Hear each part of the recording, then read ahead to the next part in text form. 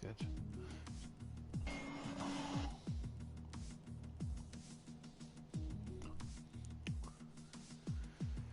Good evening, ladies and gentlemen. Welcome to Speed Force Racing. Tonight's edition of the Reserves Championship tonight. I'm your host for tonight, Mr. SFR Oliver is back in the building once again. Repaired his voice after a very good GP1 race back in France, but now we're arrived in Austria to preview for this next week's edition of SFR. And tonight with me, a very special guest actually. I have got the one and only GP2 reigning champion, SFR Nadeem. How are you doing today? Cheers, mate. Thanks for the kind words as always. Yeah, thanks for having me on, mate. Like, I'm really looking forward to tonight. It should be interesting. Some really fast and talented guys racing tonight. So yeah, I think it should be a lot of fun. Definitely, man. We are going to do a minute silence before qualifying starts because we have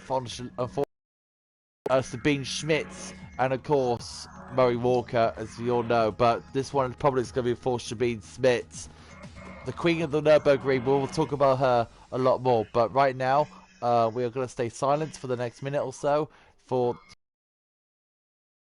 Schmitz, who's unfortunately lost her life due to cancer and has died in the age, I think, around 52 or so. So please be respectful, guys. We'll see you after the minute hit 70 minutes. Yeah, so thank you to tuning in, and we'll see you after the minute silence.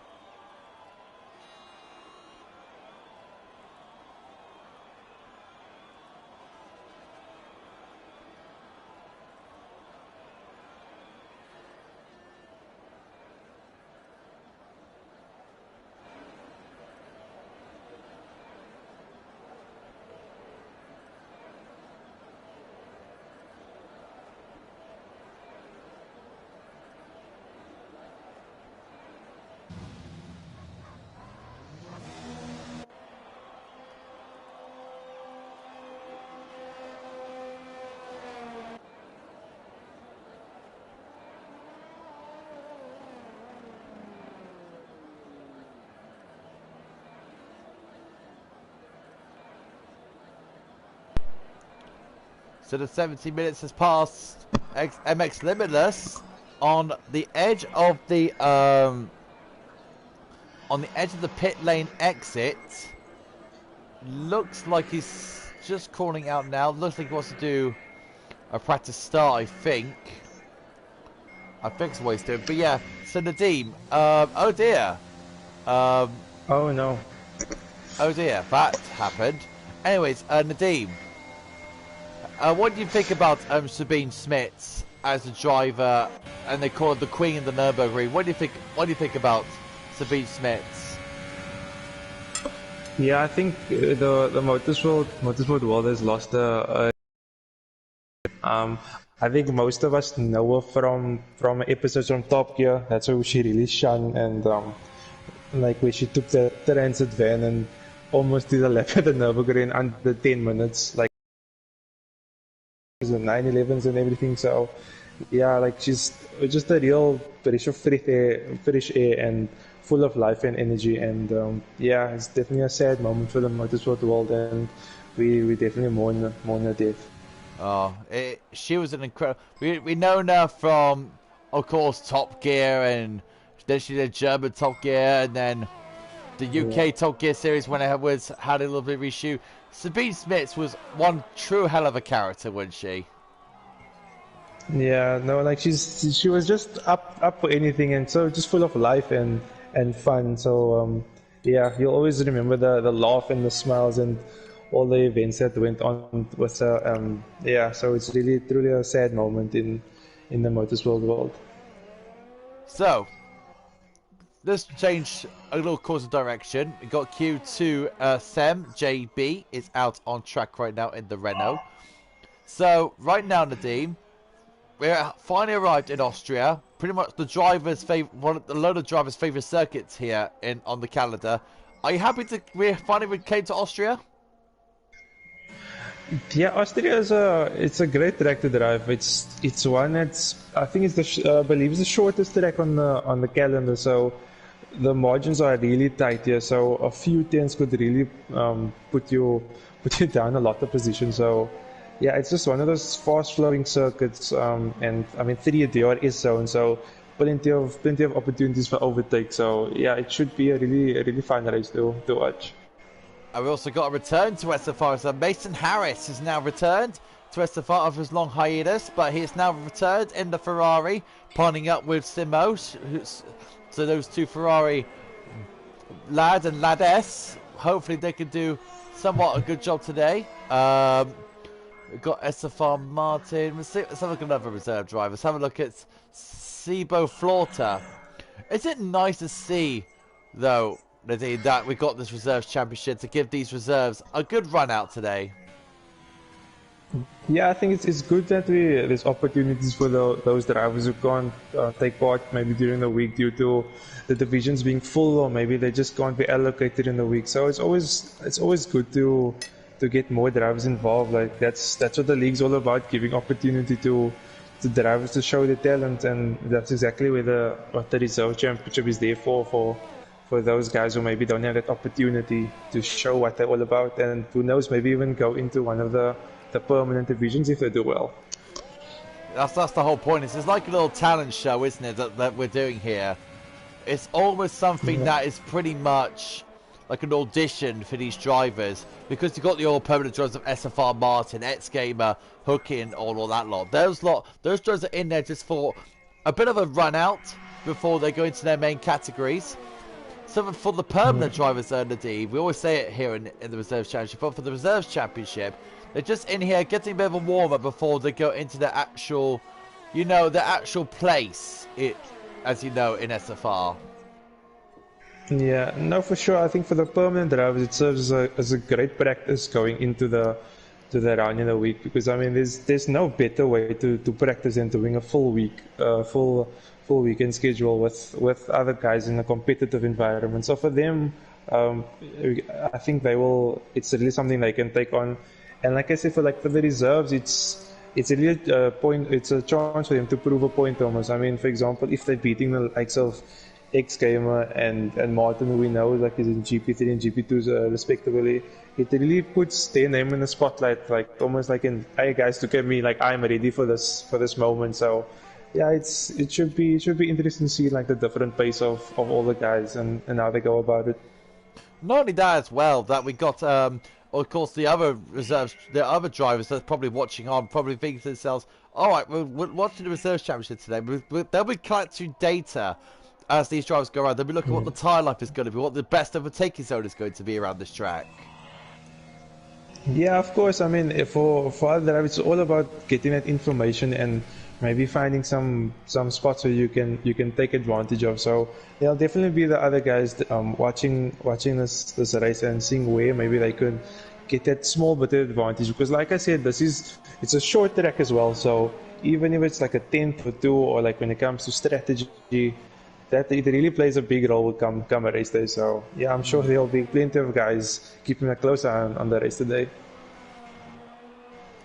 So yeah, so right now, drivers will just go through their laps at the moment. So what is the most difficult part of this track, Nadeem?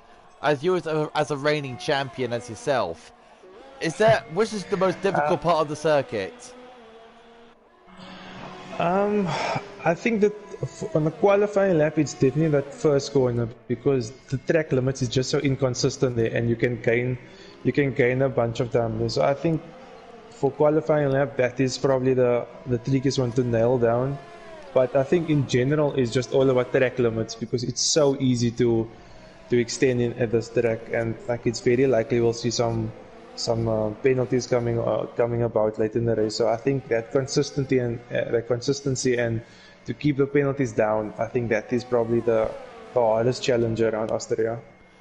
In my opinion, I think the most difficult corners for me would be the turns 8 and 9, the final two corners, because you could go out wide in turn 8 and get an advantage like that. If you don't, you still got the last corner to manage, which you carry so much speed into that corner, you can literally run the car out wide and you get all four wheels over the white line. Yeah, no, true, and especially at being in the last two corners. So maybe if you're on like a bit of a difficult lap, then you're trying to make up time. If you're on a great lap, you're almost worrying about not invalidating, and that maybe has an opposite effect. So it maybe slows you down. So like it's a really a lot on your mind coming into those last few corners, and it's all about momentum and the rhythm in those last two corners because you're so on the edge and it's so tight. So yeah, you really need to be on your game coming to those last corners.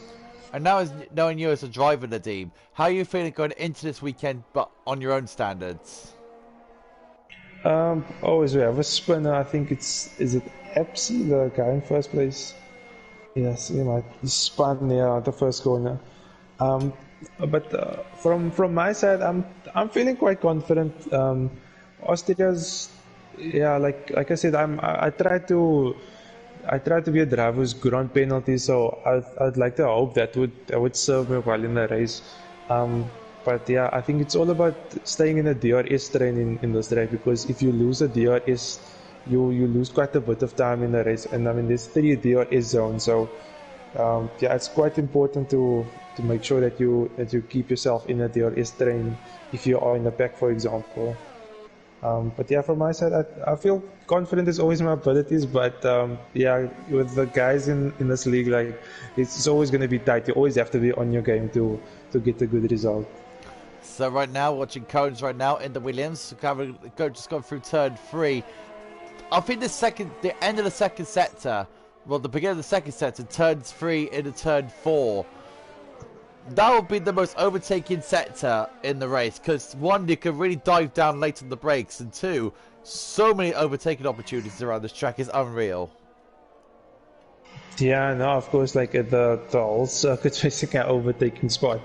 But I think definitely those first two, after those long straights with the DRS zones in particular, yeah, it's gonna be a place of plenty of battles, I'm sure.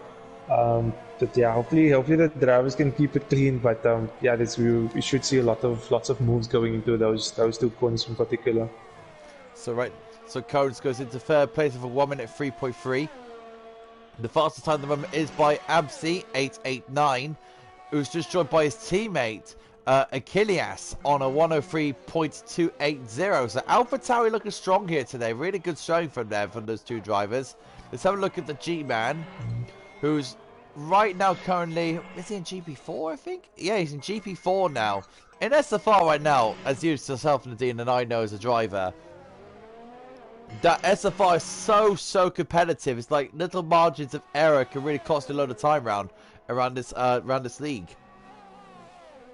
Yeah, no, of course, like each division is extremely tight. You could put a GP3 guy in a GP2 league and you would definitely not look out of place at all. So the margins are really tight, as I said, and the track being so short as well, it makes it even more important to make sure you get your lap as perfect as you can. Cones has gone fastest now at a 103.057, so very good lap there from Cones there, beating AlphaTauri there to pole. Let's have a look at the G-Man now, goes across the last corner, and he'll go into P11 with a 103.96, actually no, P7, sorry, with a 103.960. Let's have a look at Kara, because he's a guy who's really good in form at the moment. Let's find where he is, P19, there he is. So Kara, on his outlap at the moment, move out the way from the Red Bull there of Scooter Clem. Right now, Kara, really good form at the moment, GP4 at the moment, doing a very good job at the moment. He's looking to see if he can bounce back after a very bad result in France. But right now, GP4 at the moment is so tight at the moment. Yeah, I mean, this could be probably 4 or 5 guys who could win the championship. I think God has probably been the most consistent at the moment. Picking up good few wins, but I mean, we have Energy Dan, I mean, Sonic Hawk you can never count him out, and then we have like so Snellweg as well. I mean, it's a really competitive division, and yes, GP4 always has really good, clean battles as well. I think that's one of the good things that always stands out of GP4.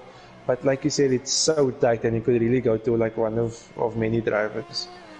I mean, let's talk about the most improved driver at the moment. That is SFR Calvin. I mean, he arrived in SFR only like last year, and now look at him. He's touching GP2 at the moment. He said actually, he said that once he's finished GP3, he's going straight to GP2. Probably Range Hunter's going to be joining him. Those two guys have been really been sensational this season. Yeah, no, I mean Rage Hunt as well. Like I think I stand corrected. He came into GP4 and absolutely like dominated right there, and Kelvin as well, just going strength to strength and not just showing good qualifying pace, but good race pace as well, and good real like smart races, like knowing when to pick his moves and knowing when to fight the battle. So he's definitely stood out in the last season or two. And yeah, like I don't think many people will be surprising him in GP2 even next season. Oh, Simo spun outside of turn 3. Simo on 3-lap old soft tyres has spun round in turn 3. The Bear's got himself into P13 at the moment. The X-Gamer Calvin almost a tenth of a second between them. Martin's just a tenth behind Calvin. Right now, Hookie's right now out there on a 1 minute 5.258. So right now, he needs to pick up the pace a little bit. Let's have a look at Absi in the Alpha Tauri. He's in P2 at the moment. Let's have a look how he's getting on. Really important lap here for Absi. He could get a good ball position here for the race.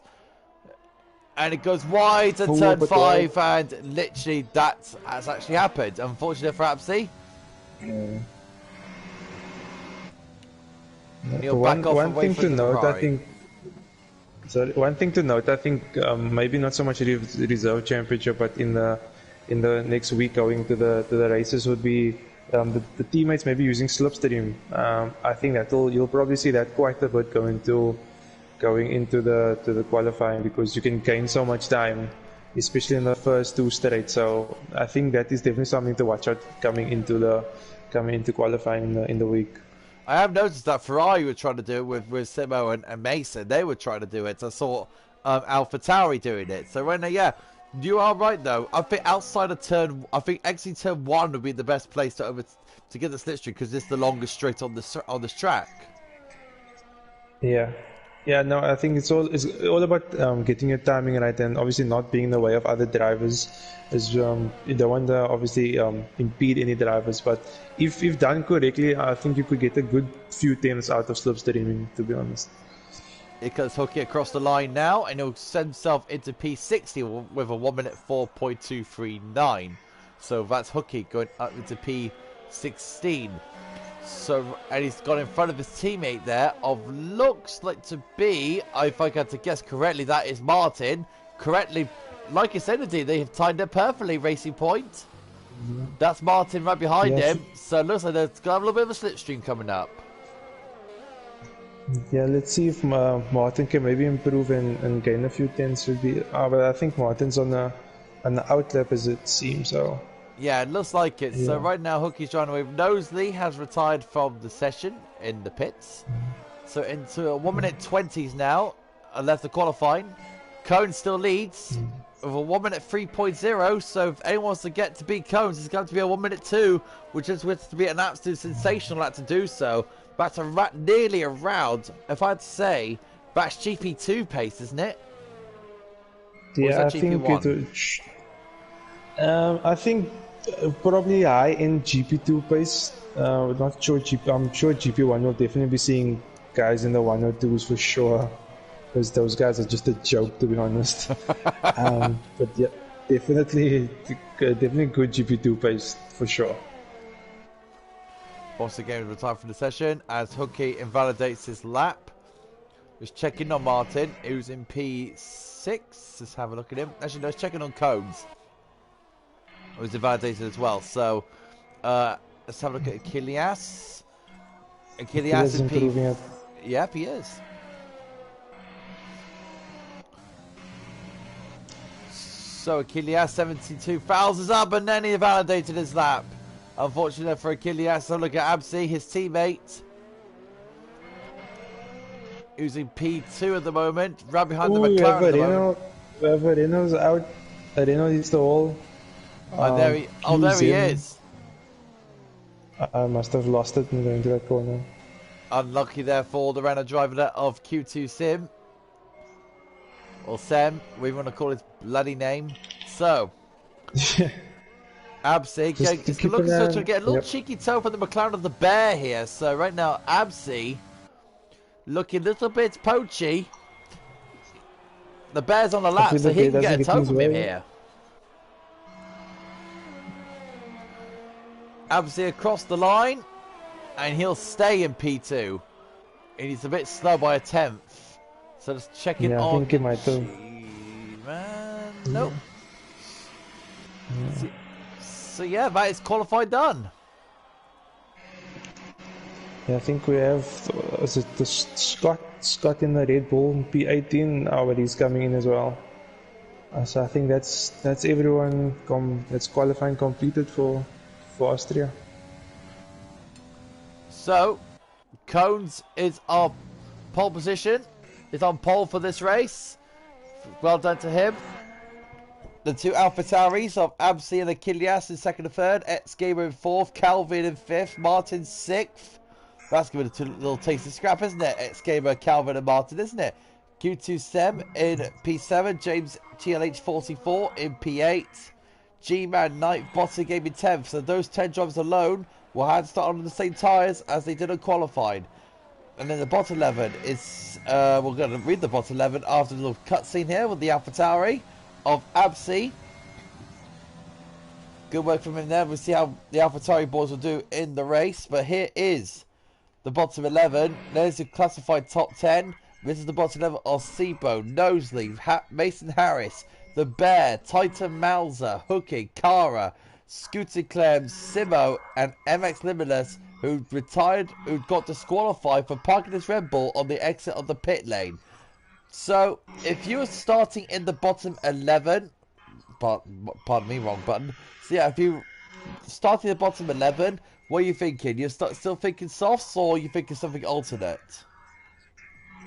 I think if it was me, I think I would probably be leaning towards doing alternates, or maybe starting on the mediums. I think you could easily stay in the DRS train and once the guys go into the pits and maybe go a bit longer.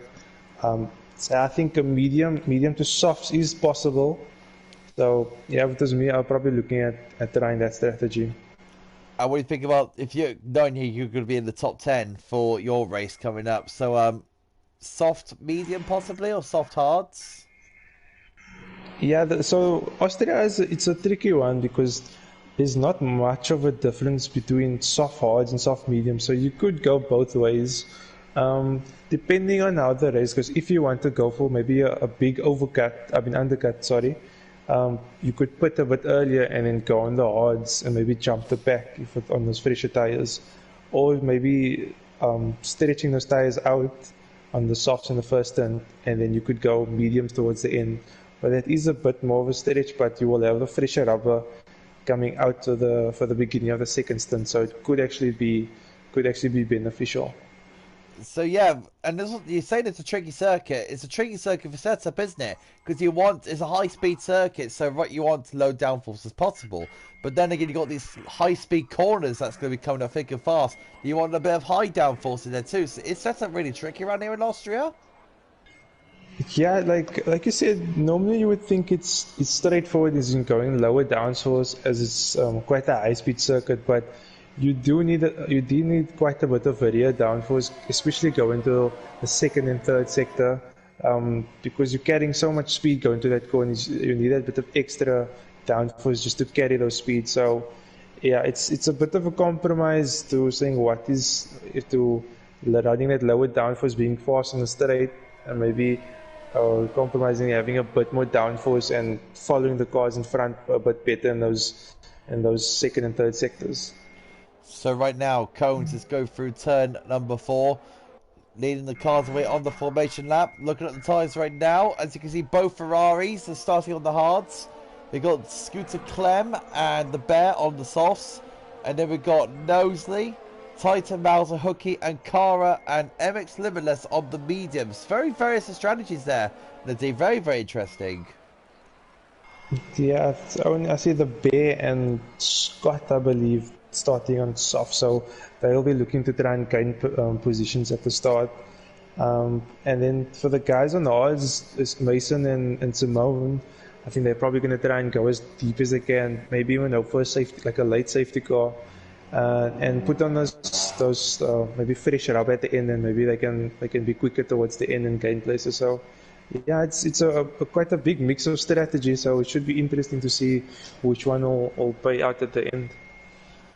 So the cars are now lining up, all 20 beautiful, colourful cars lining up on the grid in Austria. We'll see what the run down to the first corner is going to be. As you can see, the Ferrari Simo, MX Limitless, you can see just parking up his Red Bull in the background. We're just getting ready. Oh, no.